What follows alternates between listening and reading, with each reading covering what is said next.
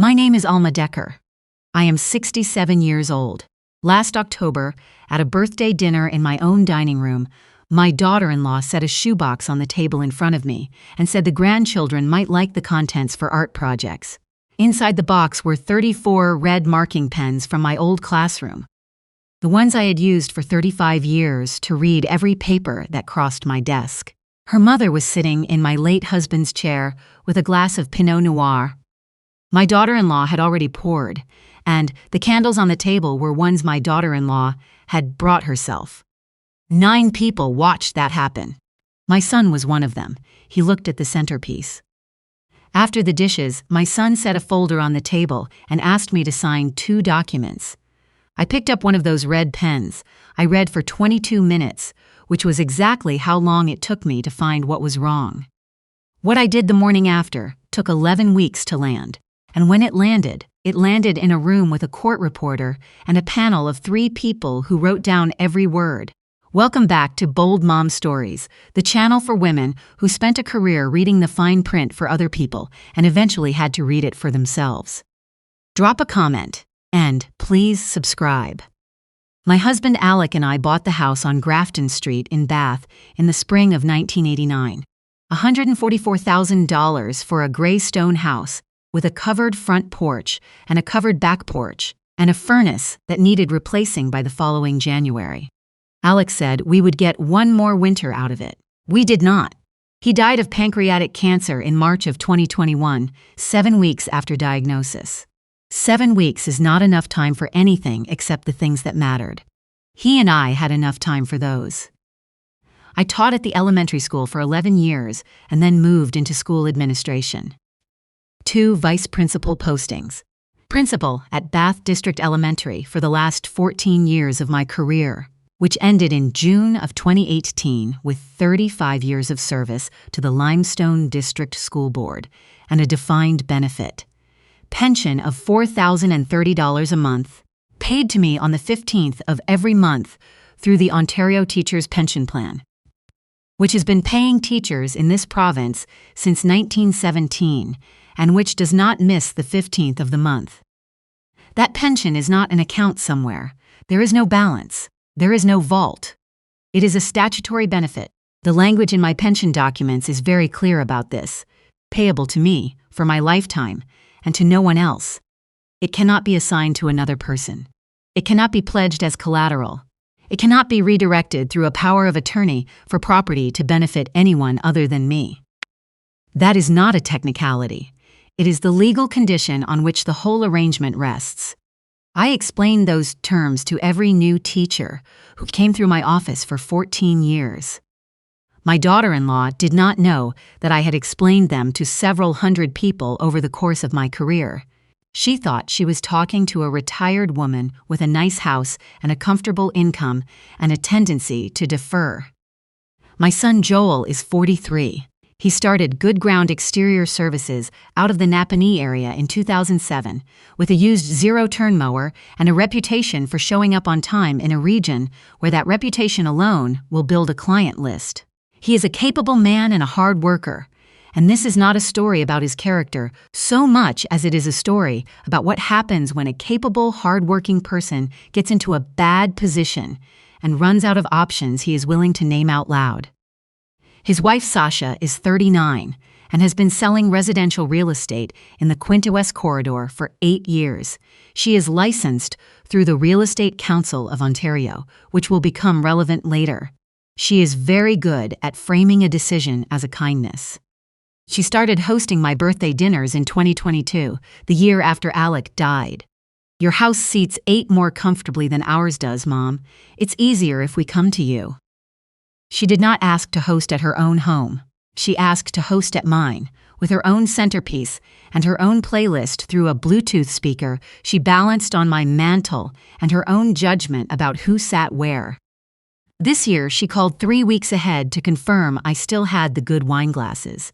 Then she called back 2 days later and asked, in a very casual voice, whether my pension still came in on the 15th. I said it did. I did not ask why she wanted to know. I have thought about that conversation almost every day since October. Saturday, the 18th of October, 8 people around the dining room table: Joel and Sasha, their daughter Nina, who is 14 years old and who is one of the finer people I know at any age, her mother, who had driven up from Belleville the night before and whom I had met perhaps 4 times in 9 years of Sasha being married to my son. Sasha's cousin, a man named Calvin, who had apparently been helping the family with some financial planning and whom I was meeting for the first time. My neighbor Beryl, who is 71 and whose husband has been in long-term care since the spring and who had nowhere else to be on a Saturday in October. And me, at the far end of the table nearest the kitchen door because it was easier for me, which is what Sasha said, and she was not wrong. I use a cane some days. The kitchen door is 6 fewer steps. Her mother sat in Alex's chair, the chair at the head of the table, where Alex sat from 1989 until the spring of 2021.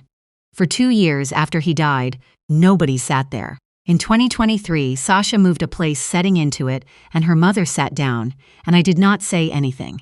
I told myself it was just a chair. At around 6 o'clock, Sasha poured wine. She started at the head of the table. She filled her mother's glass to the rim, slowly, the way you do when you want the table to watch you be generous. Her mother put her hand on Sasha's arm and said something about how lucky she was. Then Sasha worked her way around: Joel, Calvin, Beryl, Nina's sparkling water, and then she came around to my side and paused behind my chair and set the wine bottle on the sideboard. She brought me a mug of chamomile tea. She set it in front of me the way you set something in front of a child who cannot be trusted with the good dishes. "We know you've been watching the wine lately, Mom," she said. It was not a question. I have not been watching the wine. I had a glass of red with dinner twice that week. But the sentence was said in front of 8 people, and a sentence said in front of 8 people has a shape that is very hard to undo with one word. Then she brought in the shoebox. She set it on the table in front of me and lifted the lid. Inside it, bound with an elastic band, were 34 red marking pens. The Stettler ones, 0.6 millimeters, the kind I had ordered by the box from the school board supply catalog every September for 35 years. I kept a full set in my desk at school and a spare set in the storage room, and I went through roughly 40 a year. These were the ones from my last year. I had brought them home when I retired and put them in the drawer of my old desk upstairs. Sasha had been through my desk. "We found these when we reorganized your office last month," she said. "We thought maybe Nina and her friends could use them for art." 35 years of reading.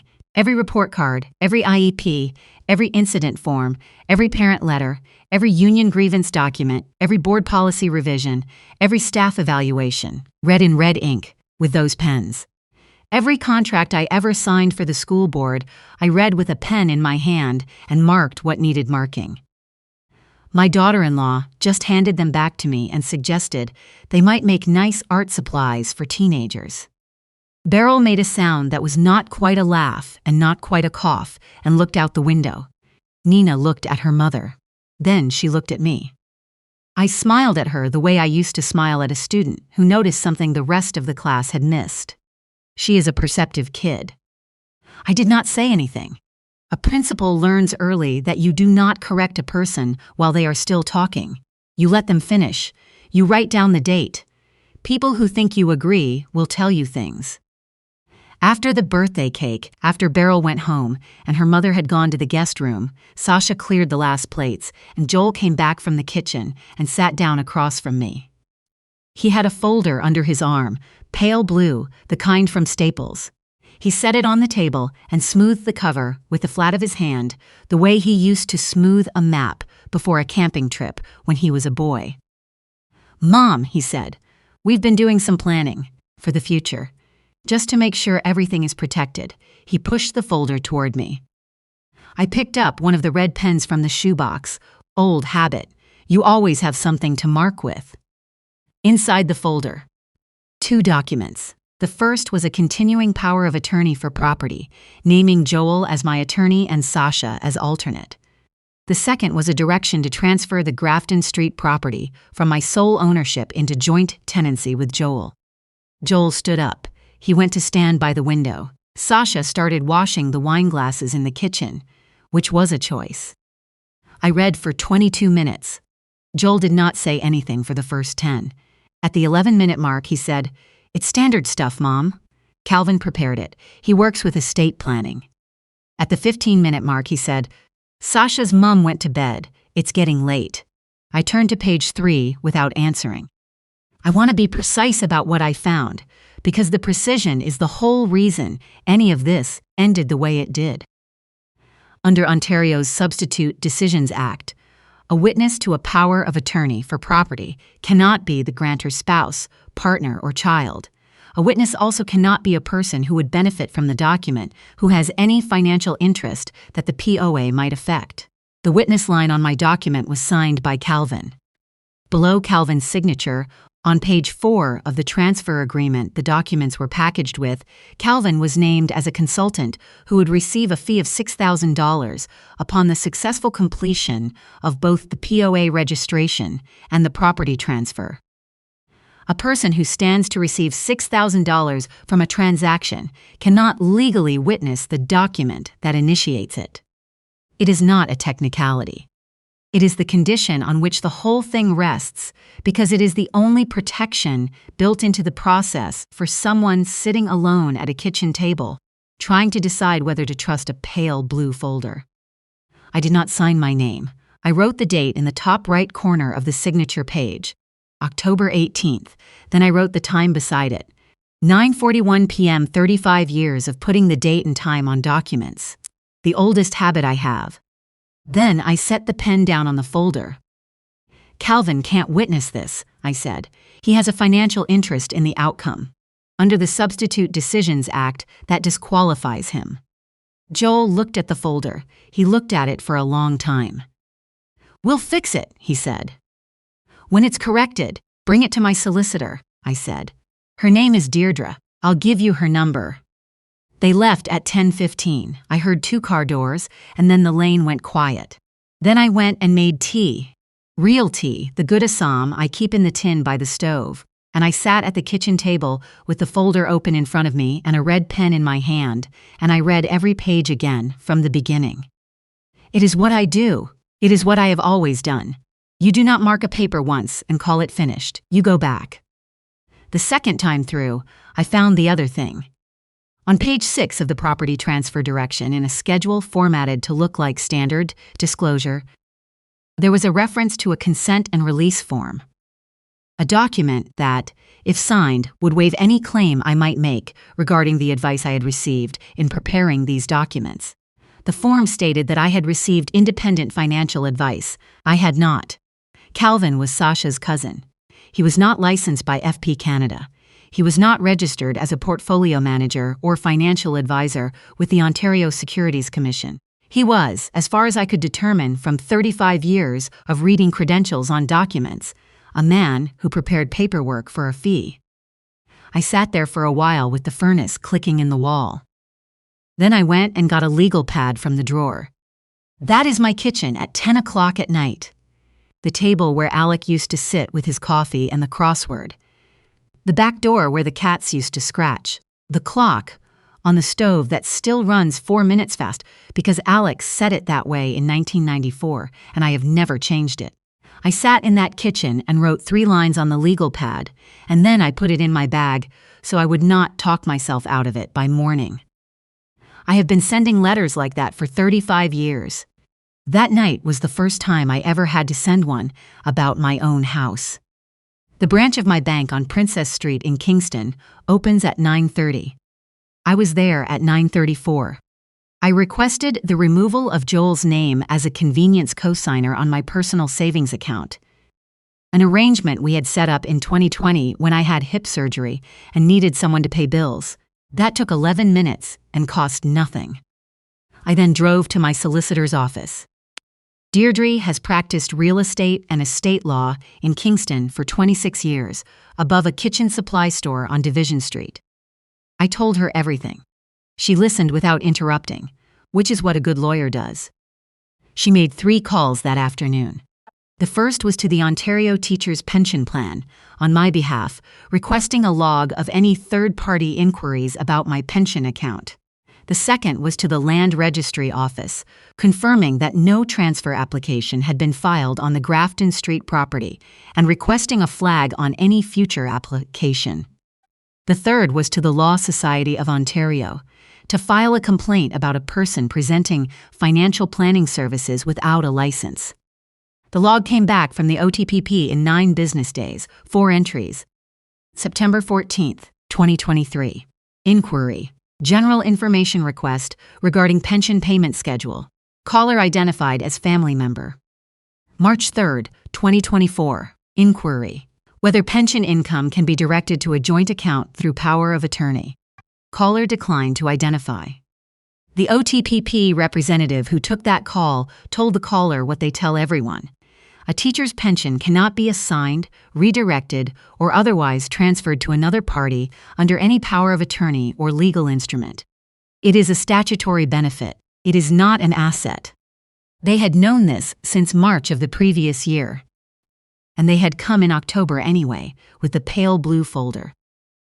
The third entry was dated September 6, 2025. Calvin's firm had submitted a formal written inquiry about the transferability of OTPP pension income via a continuing power of attorney for property, citing case law. The OTPP's response letter, provided to me in the certified log, gave the same answer in 3 paragraphs. No, not possible, not under any instrument. The fourth entry was October 19, 2025, the day after my birthday. My son had called to ask whether the pension could be attached to the property title as a lien. The answer was still no. I sat in Deirdre's office and read the log twice. Then I put it in the accordion file I had started keeping, behind the tab marked OTPP. I went home and did not call my son. I have been sending letters to people in difficult situations for 35 years. You do not call, you put it in writing. A person who thinks you agree will tell you things, and a person who does not know what you know will make decisions based on that gap. I wanted them to keep making decisions. Nobody called me about the bank account change for 6 days, which told me the bank had notified Joel, but that he had not yet decided how to respond. On the 29th of October, Sasha called. She did not mention the folder. She asked whether I had received my pension that month and whether I found the chamomile tea she had left helpful for sleep. I said yes and yes. She waited on the line for a moment, and then she said Calvin was updating the documents and would be in touch. I said, I looked forward to hearing from Deirdre when they were ready. She ended the call quickly. On the 14th of November, the Law Society completed its preliminary review. Calvin was not a licensed paralegal. He was not a lawyer. He was not registered with any regulatory body in Ontario. He had been offering estate and financial planning services for a fee since 2021. The Law Society forwarded the matter to the appropriate branch and issued him a cease and desist. His fee of $6,000 was not collected. On the 17th of November, Deirdre filed a complaint with the Real Estate Council of Ontario. The complaint alleged that a licensed real estate agent had knowingly facilitated the preparation of a fraudulent power of attorney document through an unlicensed consultant, with the purpose of gaining improper access to a client's assets.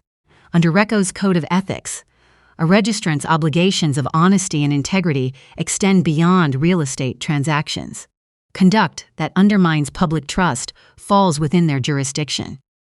I want to be precise about this too, because people imagine the formal part is where you win the argument. It is not. The formal part is where there is a transcript. Nobody invited me to Christmas. There was no conversation about it.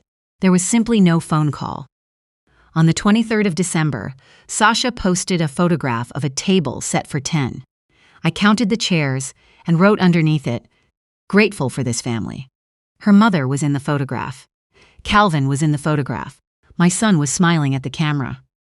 At 8:40 in the evening, Nina texted me a photograph of the tree and one sentence.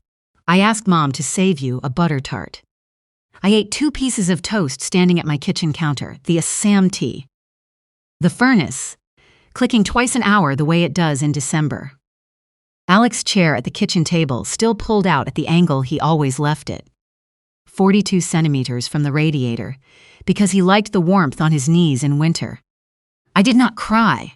I want to be honest about that, because people expect it. I have cried about harder things. What I felt sitting in that kitchen on Christmas Eve was something closer to what I used to feel when a file came in and the dates did not line up. Not anger, exactly. A kind of flat attention. The feeling of something being wrong in a way that can be written down. The RICO disciplinary hearing was scheduled for the 28th of January.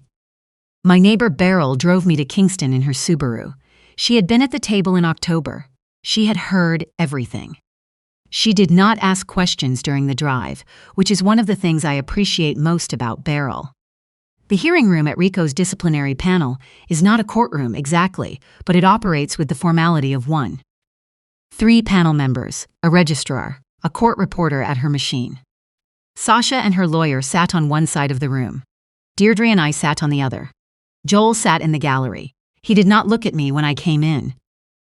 Also in that room, a law student with a spiral notebook, 2 people waiting on an unrelated matter, and Beryl, who carried my accordion file and set it on the table and squeezed my shoulder once before sitting down. Nobody sends invitations to a hearing. That is rather the point of one. I want to tell you about the 3 things I placed on the table, because people expect the formal part to be dramatic. It is not dramatic. It is a sequence. The first thing was the PO document. Deirdre handed it up. The panel chair looked at the signature page. Calvin's name. Calvin's signature. Then page 4. The schedule identifying Calvin as a recipient. $6,000 conditional on completion. 18 words in the relevant clause. She read them twice. Under Section 10 of Ontario's Substitute Decisions Act, I said, a witness to a power of attorney for property cannot be a person with a financial interest in the transaction. Calvin's fee was conditional on the completion of the transfer. His witness signature invalidates the entire document. I knew this because I spent 35 years reading every document that came across my desk and explaining the relevant legislation to the people affected by it. The panel chair asked me to confirm the amount of Calvin's fee. $6,000, I said. It is on page 4 of the transfer schedule, in the same document they filed as their own exhibit. The second thing was the OTPP contact log. 4 entries. Deirdre handed up the certified copy. I read the March 3rd entry aloud. The inquiry about redirecting pension income through a power of attorney, caller declined to identify. I read the September 6th entry. Calvin's formal submission asking the OTPP to reconsider the transferability of a statutory benefit. I read the OTPP's response letter, 262 words explaining why the answer was and would always be no. They had known for 19 months that this would not work. They came in October anyway. The panel chair set her pen down. The third thing was not mine. It was page 11 of the transfer agreement Deirdre had pulled from RICO's own case file, an email printed and attached as a supporting document by Calvin's firm when they initially submitted the paperwork for processing. The email was from Sasha to Calvin, dated the 21st of September. Deirdre read the last 2 lines aloud because that is what you do with an exhibit in a room where somebody is writing things down. Once we get the POA and the title sorted, the pension income covers the mortgage shortfall easily. Mom's always managed her own affairs. She just needs someone to help her see that the new arrangement is actually better for her. The panel chair looked up. From the gallery, my son said something. It came out uneven, the way things do when a sentence has been held too long. He said, "She's always made it harder than it needed to be." 4 seconds of quiet in that room. The court reporter's hands did not stop. I did not turn around, not once all morning. Then I took the last thing from the accordion file and set it on the edge of the table where the panel could see it. 1 red marking pen, a Stedler 0.6 millimeters, one of the 34 from the shoebox. On the 18th of October, I said, my daughter-in-law gave me a box of these. She found them in my desk upstairs. She said the grandchildren might use them for art projects. I let that sit for a moment. I have been using pens like this one to read documents for 35 years. Every contract, Every IEP, every board policy, every agreement that affected a child or a family in my care, read line by line, with a red pen in my hand. When my son handed me the folder on my birthday, I picked one of these up out of the shoebox and I started reading. I set my hand flat on the table. She gave me the right instrument. She had no idea what it does in my hands. The panel chair looked at the pen for a moment. Then she looked at me. Then she looked at Sasha. The decision came down on the 14th of February. Sasha's real estate license was suspended for 8 months pending further review of her conduct. Calvin's cease and desist was made permanent. The POA document was declared void and unregisterable. The land registry flag on Grafton Street became a standing notation. The OTPP was formally notified and added a standing flag to my file. Any third-party inquiry about my pension account is to be forwarded to me in writing within 3 business days. My pension arrived on the 15th of February, the way it arrives on the 15th of every month, into an account with only my name on it, on time. The way it has been on time since 2018. Here is what I learned from the people who told me things while they thought I agreed. Joel's business was carrying $68,000 in debt as of last autumn. A contract dispute with the municipality in Napanee had cost him a $12,000 deposit, and 2 bad winters in a row had stalled the residential accounts that covered his fixed costs. He and Sasha had refinanced their mortgage in 2023 to absorb a cash shortfall. The monthly payment went up by $940. Sasha's commissions had been strong in 2022 and 2023, and then the market slowed, the way it does in this part of Ontario, and by the fall of 2024, she was carrying listings that had not moved in 90 days. My pension is $4,030 a month. That is not a solution to $68,000 of debt. I don't know what they thought would happen after. I don't think they planned that far. In March, I wrote my son a letter, 1 stamp, no registered mail, 3 paragraphs. The first said that I understood the position he had been in and that I was not without sympathy for it. I meant that. Financial pressure does things to people that are not entirely a reflection of character. I have seen it enough times to know. The second said that I had updated the account information, revoked all third-party access to my pension file, and revised my estate documents with Deirdre. Any correspondence regarding my financial affairs should come to me directly and in writing from that point forward. The third paragraph was short because a boundary gets weaker with every extra sentence. It said that the door on Grafton Street was open to Nina anytime she wanted to come, on no conditions and with nothing required in return, and that I hoped he would be all right. Sasha's license remains suspended. She is working on the appeal. Calvin has stopped taking Ontario files, according to a woman Beryl knows who works in a competing firm. A regulatory finding follows a consultant's name into every new file, and the next panel reads the last decision first. Joel moved his equipment into a smaller yard off a county road in April. He kept 3 of his longest-standing clients. He is a good landscaper. He always has been. That was never the problem. Nina came the first Saturday in March. She took the bus from Napanee to Kingston, and Beryl drove her out from the station. She did not tell her parents where she was going, which I did not ask about and will not mention again. We made bannock because she had never made it, and because I had a bag of flour that needed using. While the dough rested, she asked me how I had known something was wrong with the folder. I thought about how to answer that. I read it, I said. That's it. That's it. Everything your grandfather ever built, this house, this life, it exists because someone read what was in front of them before they signed it. I read documents for other people for 35 years. Reading one for myself wasn't hard. She was quiet for a minute, turning the dough with her hands. Mom thinks you're difficult, she said. I know. I think she means you don't stop when you're supposed to. I laughed. She is 14 years old and she has already understood something that takes most people much longer. We ate the bannock with butter and a jar of Beryl's raspberry jam. Then Nina asked if I still had any of the red pens, and I gave her 3. Not for art projects, because she asked, and because she will know what to do with them. I kept the rest. People look at a 67-year-old woman with a cane and a mug of chamomile tea set in front of her and draw their conclusions. They are welcome to. What has held me upright all these years was never the pension and never the house, and never anyone's good opinion of me. It was the plain habit of reading the whole page before I signed my name to it, and understanding that a woman who defers quietly is not the same thing as a woman who doesn't know what she's reading. 1 shoebox of red pens, 3 certified letters, and a room where somebody was writing things down. That is the whole story.